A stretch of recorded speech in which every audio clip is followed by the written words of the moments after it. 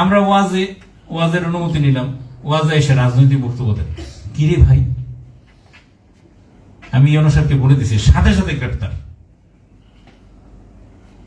ওয়াজের রাজনৈতিক বক্তব্য কেন?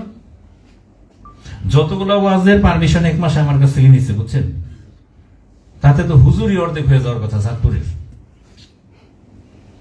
আমার তো প্রশাসক দরকারই নেই। শীতকাল মানে ওয়াজ, মানে চাঁদপুরের হুজুর দিয়ে কিন্তু আমার গাজীপুর চলে। আপনারা জানেন কিনা জানি না, ইমাম সাহেব, হুজুর সাহেব অনেকে। আমার গ্রামে চাঁদপুর 28 বছর চালাইছে আমার গ্রামের হুজুর। হাজীগঞ্জে বাড়ি, এই হাজীগঞ্জে বাড়ি। যে হুজুরের কাছে কোরআন পড়লাম, শিখলাম, 2 কলম শিখলাম হাদিস, সেই হুজুরের বাড়ি এসে পাইছি ভালো। কি ইন্নালিল্লাহ নাকি আস্তাগফিরুল্লাহ? ম্যাটার হচ্ছে কি জানেন, যতগুলো ওয়াজের পারমিশন আমি দিয়েছি, আমি এখানে হলফ করে বলতে পারি হাজীগঞ্জের মতো উপজেলা যতগুলো মানুষ আছে কেউ চুরি করার কথা না। ওই লোকগুলো যদি খালি ওয়াজের কথা মতো কিছু কাজ করে।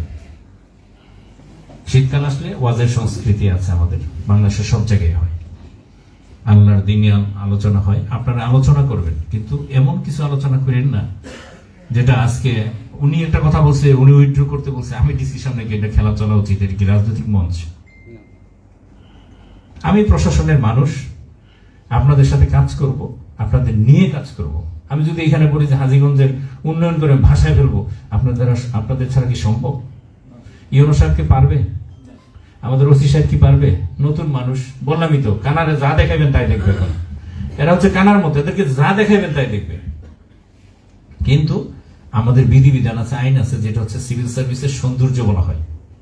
একটা সিভিল সার্ভিসের সৌন্দর্য হচ্ছে তার আইন, এর বাইরে যাওয়ার কোনো সুযোগ নাই।